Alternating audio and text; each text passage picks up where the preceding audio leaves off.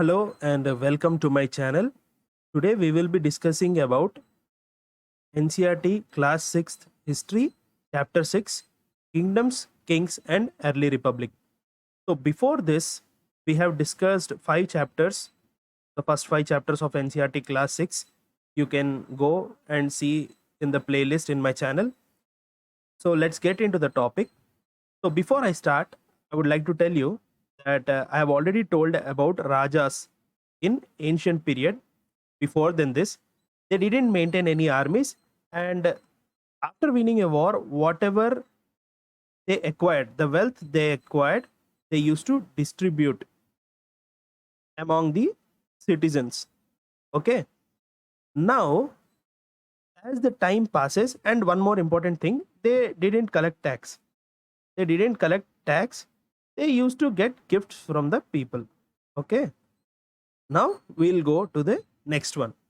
So in this chapter, they are showing that how these kings, their kingdoms and early republics, they all started. Okay. So very well, I'll teach you in this chapter. First of all, in the present day, how do we choose our leaders? By voting. So it's a form of democracy. So back at that time, there was no democracy, but they were actually republic. That means in some of the ganas, I'll tell you what is a gana. Okay, they used to be like 5 to 10 people, and they used to be one from each gana who used to become a ruler. Okay, so let's come here. So here he says that some of the rajas were probably chosen by the jana. Okay, some of the rajas, they were chosen by the jana. That is not complete democratic, but around 3000 years ago, we find that some changes have took place. So what are those changes? In which the rajas were chosen. So there were changes in how these rajas or these kings were chosen. Some men now became recognized as rajas by performing very big sacrifices. So they used to perform some sacrifices and they used to become kings. And one such is sacrifice. That sacrifice is called horse sacrifice or Ashwamedh. So what does Ashwamedha Yajna means? The Raja who wish to conquer the land, okay, he will send one horse. He will leave that horse, and this horse will pass through all the kingdoms. Okay, so whoever Raja is there, if he will stop this horse from passing through his kingdom, he has to fight with the king. Okay, suppose these rajas let these horse pass through their kingdom, that means these rajas will be invited to this king's ceremony, and they will be an audience in this king's ceremony, and which means that these kings have accepted the other king who performed this Ashwamedha Yajna as the supreme leader. That means those kings who let this horse pass through this kingdom will accept this king who performed this Ashwamedha Yajna as a emperor, and these people will start giving him taxes, and these kings, small kings, they will become subordinate to this king. That is the whole summary of this passage. Okay, so these kings who let the horse pass through this kingdom will be specially invited, and these kings will bring gifts to the emperor. Okay, that is this summary of this paragraph. And here the trained priests, okay, they will be sprinkling the holy water on this king who performs the yajna. Here yajna means sacrifice. Okay, so don't think that horse sacrifice means they will cut the horse. No, they will let the horse pass through the entire kingdom. And here you can see the Raja who organized the sacrifice was recognized as a being very powerful, and all those who came brought gifts for him. Okay, this is what I've already said. The Raja was a central figure in these rituals. Obviously, all these rituals central figure is the king. Okay, he often had a special seat, a throne, or tiger. This is not so important. And here Priests performed the rituals, including the sprinkling of sacred water. This is very, very important because they will ask, it is the priest who will perform the yajna on behalf of the king. Okay, so he will sprinkle the holy water. Okay, so the ordinary people are called as the Vish or Vaishya. This is also important. They also used to bring gifts apart from those rajas. However, this is another important thing. Some people, such as those who were regarded as the Shudras by the priests, were excluded from many rituals. That means he is saying that most rituals excluded Shudras. Okay, this you have to remember. So here he talks about the Varna system. Varna, you know that it's a hierarchy of 4 Varnas: Brahmin, Kshatriya, Vaishya, and Shudra. So this is the highest form. They used to perform sacrifices and all the religious things. Okay, next is Kshatriyas. There are the rulers subordinate to Brahmins. Then come Vaishyas, who are traders, who are subordinate to these two, and the last one is Shudra or labor class.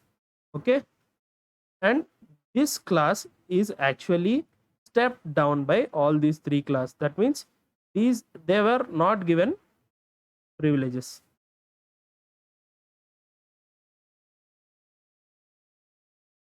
Okay, so this is all about this Varna system. Just go through it. I have told you the basic one on top. Okay, so you have to see that here most of the time women were also grouped with the Shudras. So both women and Shudras were not allowed to study the Vedas. This is a very important thing. Okay, the priests also said that the groups were decided on the basis of this birth. So this whole hierarchy which I told you, this is on basis of birth. Okay, so naturally when a section of Shudras is actually a very big section, is downtrodden by all the 3 Varnas from the top, obviously they would not like it because they were not given any rights or privileges. So most of the people, they did not accept the Varna system laid down by the Brahmins. Okay, that you have to remember. So, because it's like, you know, the Kshatriyas used to think that we have the power, so why not we should rule? Why should the Brahmins should rule? Okay, so this kind of things started happening here. A revolt against the Brahminism, it actually started there. So here they are talking about the painted graveware at the time, and they were used for some people to serve some special food. Okay, extremely fine to touch, and you can see a beautiful painted graveware. So now we are coming to Janapadas.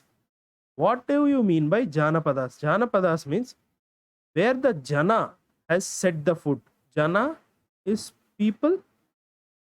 So where they have set the foot is Janapad. See, here it is a word. Janapada literally means the land from where the Jana set its foot. That means people came to start to settle down in Janapadas. Okay, so these are very important for the examination. You see, archaeologists have excavated a number of settlements in these Janapadas, such as Purana Kila. First one is Purana Kila in Delhi, Hastinapur in Meerut, and Atranjikera near Etah. Purana Kila in Delhi, Hastinapur, Meerut, Atranjikera in Etah. Okay, UP. So these 2 are in UP. This one is in Delhi. So all these 3 they have found. They have found that people lived in huts and kept cattle as well as other animals. So they used to live in huts and they used to keep cattle, and they used to grow these crops: rice, wheat, barley, pulses, sugarcane, sesame, and mustard. Okay. So they made some earthen pots and painted grey ware. We have talked about this. Now we come to Mahajanapadas. So Janapadas means, we know, a small settlements of people. What do you mean by Mahajanapadas? About 2500 years ago, these Janapadas, they mingled among each other and thus formed the Mahajanapadas, and you know that greater Janapadas. Okay, many of these were fortified.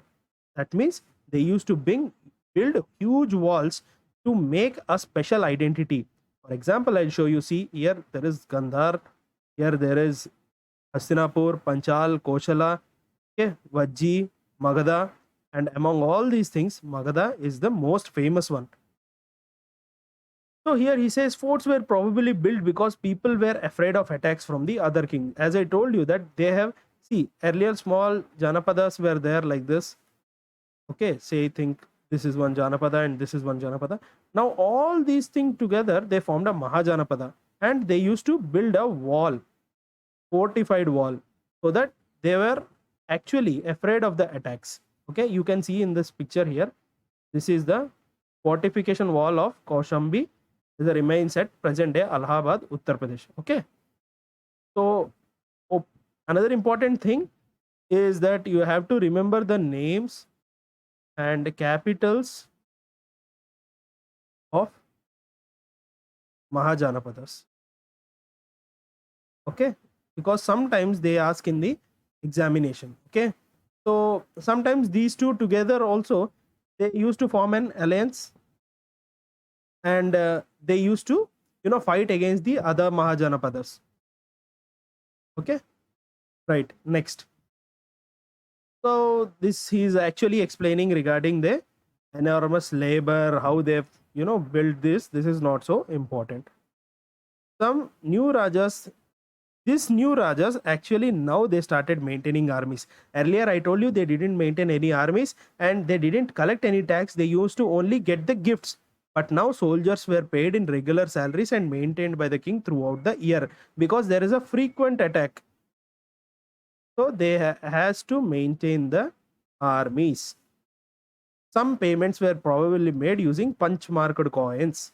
Okay, so they have started giving these payments in regular salaries, and some of the payments, he's saying not all, but some of the payments were made in these punch marked coins. As we come here, so Mahajanapadas, they started building forts, fortification, maintain armies. So they need more resources. Obviously, to maintain a big army, they need to have more resources. So they started collecting tax. Okay. So I told you earlier they used to depend upon only occasional gifts, but now they started a regular tax paying mechanism. And in this, it is called as Bhaga. The tax is called Bhaga, which is 1/6 of produce. Okay, this you have to remember. Bhaga means share. These were taxes on craftsperson as well. So it's not only on agriculture people, it's on the craft person also. For example, he told a weaver or smith may have to work for a day every month for the king. So it is like not tax, it is a tax on agriculture, tax on other skills. Say for example, if he is a carpenter, he needs to work for free for the king for 1 day of every month. It is like that. Herders were also expected to pay tax in the form of animal and animal produce. There were taxes on goods that were bought and sold in trade. So there was trade. There was also, you know, taxes on those trade. And hunters and gatherers also had to provide. That means they have not left any person. Those persons who were doing agriculture, they used to pay some produce from the agriculture. If they are doing some work like carpentry, weaving or something, they used to go and work for the king. And if they had any, hunter gatherers or other people, they used to give the hunted material, some part of the hunted material to the king. So now he is talking about this agriculture. So here actually heavy clayey soil couldn't be ploughed through wooden ploughshare. So they started using this iron ploughshares. Okay. Second, people began transplanting paddy. That means instead of sowing the seeds, they used to sow a seed. They used to make a sapling. Okay. and they used to directly transplant this paddy to some other place. This increased the production as many plants survived. However, it was back-breaking. Generally, slave men and women were called dasas and dasis, you have to remember, and landless agriculture laborers are called kammakaras. Very important. Landless agricultural laborers are called kammakaras. Okay, important. So here he is talking about Magadha. I told you Magadha was a very, very important and most powerful Mahajanapada. Magadha became the first most important Mahajanapada in about 200 years because of these reason that here Ganga and so on flowed through the Magadha, and it was very important for transport, water supplies, making land fertile. They used to have iron deposits, they used to have elephants, they used to have good forest, they used to have good fortification. So they had everything, and they had iron. This is the most important thing. They had iron ore mines in that region which could be tapped, and strong tools and weapons were formed. I'll tell you later that Ajatashatru has made that Bahubali weapon where on the in front of chariot there used to be a huge giant wheel kind of thing, right, which used to cut others. So this was actually prepared by Ajatashatru. Okay, I'll tell you later. Magadha had two very powerful rulers, Bimbisara and Ajatashatru. See, I told you, Ajatashatru, anything you can pronounce, who used all possible means to conquer other Janapadas. So their main motto was to conquer other Janapadas. Mahapadmananda was another important ruler. Obviously, Mahapadmananda, he started this Nanda dynasty. Okay, Rajgriha, present day Rajgir was the capital of Magadha for several years. Later they shifted to Patliputra. So earlier it was Rajgir capital, later it was Patliputra. This is present day Patna. So I'm telling you, most of these were actually near that Bihar. More than 2000 years ago, a ruler named Alexander. So Alexander, I'll tell you in short. So Alexander, he came from Greece, Macedonia. Okay, then he came till India. He fought Porus, and some say that he lost and some say that he won. Whatever it is, we don't know. But after this, they refused to march into India because India had already a very strong, powerful empire. Okay, so see here, they were scared as they heard that the rulers of India had vast armies of foot soldiers, chariots, and elephants. One more important thing, when Alexander fought Porus, he didn't know that elephants can be used for fight. Okay, that means they didn't have this elephantry. Next, so he's saying about Vajji. While Magadha became a very powerful kingdom, Vajji with his capital Vaishali. Vajji, capital Vaishali, was under different form of government known as Gana or Sangha. I have already told you in the beginning, this is a group of republics. See, Gana or Sangha were not one, but many rulers, sometimes even thousands of men ruled together. Each one of them were known as Raja. So that is actually, those things are actually the republic. They had assemblies. So here they used to do discussion and debate. For example, if they attacked by the enemy, they might discuss what to be done. Okay, if some enemy has attacked this Gana or Sangha, they used to discuss what to be done.